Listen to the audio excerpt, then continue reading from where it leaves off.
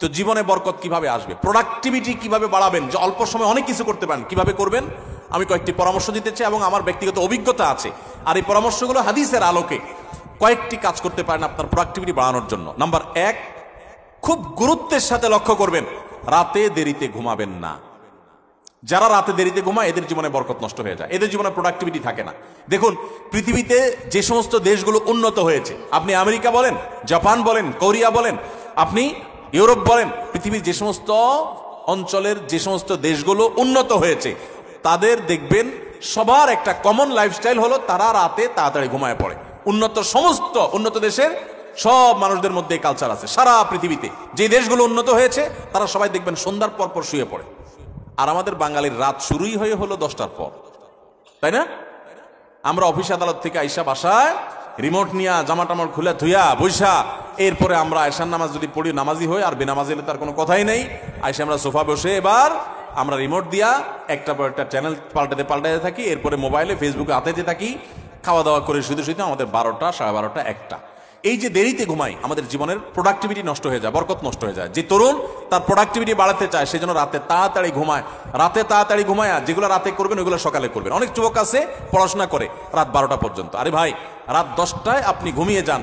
এই যে 2 ঘন্টা পড়লেন, ভোর রাতে উঠে ফজরের সময় 2 ঘন্টা পড়েন, ওই 2 ঘন্টা এই 2 ঘন্টার চেয়ে অনেক বেটার হবে। কারণ 6-7 ঘন্টা 8 ঘন্টা ঘুমের পরে যে ফ্রেশ মুড থাকবে, ওই সময় পড়লে সেই পড়াটা অনেক তাড়াতাড়ি আপনার আত্মস্থ হবে।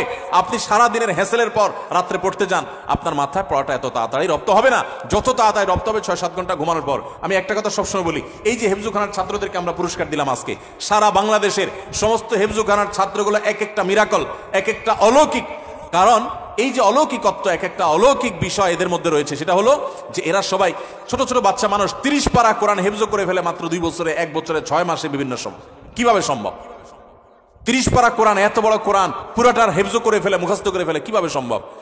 যে কয়েকটা সিক্রেট আছে, এই সিক্রেটস গুলোর মধ্যে একটা সিক্রেট হলো, একটা রহস্য হলো যে হেফজুখানায় 100% ছেলেরা রাতে তাড়াতাড়ি ঘুমায়। তারা রাত 10টার ভিতরে 100 ভাগ হেফজখানার ছাত্র সারা বাংলাদেশে ঘুমায় পড়ে। কোথাও পাবেন না 10টা বড় ছেলেরা পড়ালেখা করে, সব 10টার মধ্যে ঘুমায় যায়। পুরা কোরআন হেফজ করে ফেলে অল্প সময়ের মধ্যে, আবার রাত জেগা পড়ে না। কিভাবে সম্ভব?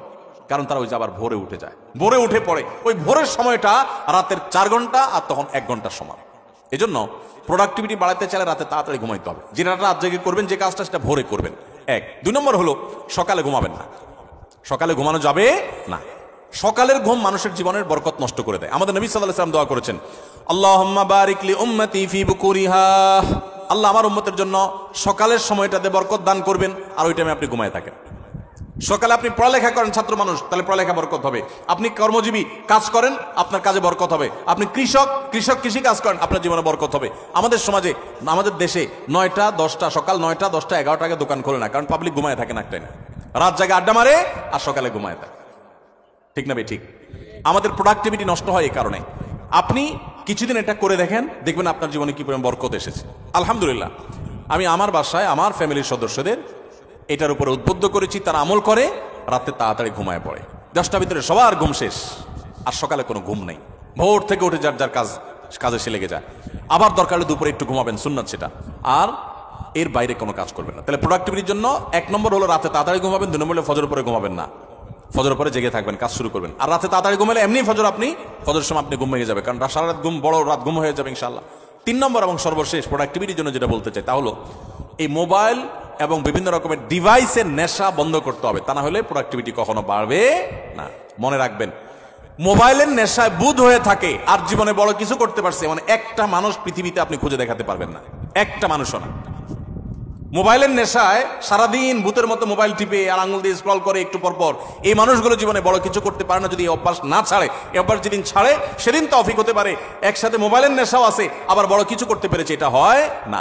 অনেককে আমরা ওয়াজ শোনার নাম দিয়ে শয়তান আমাদেরকে মোবাইলের ভিতরে লাগাই দিচ্ছে। তাহলে প্রোডাক্টিভিটির জন্য এই কাজগুলো করবেন। আল্লাহ আমাদেরকে তৌফিক দান করুন।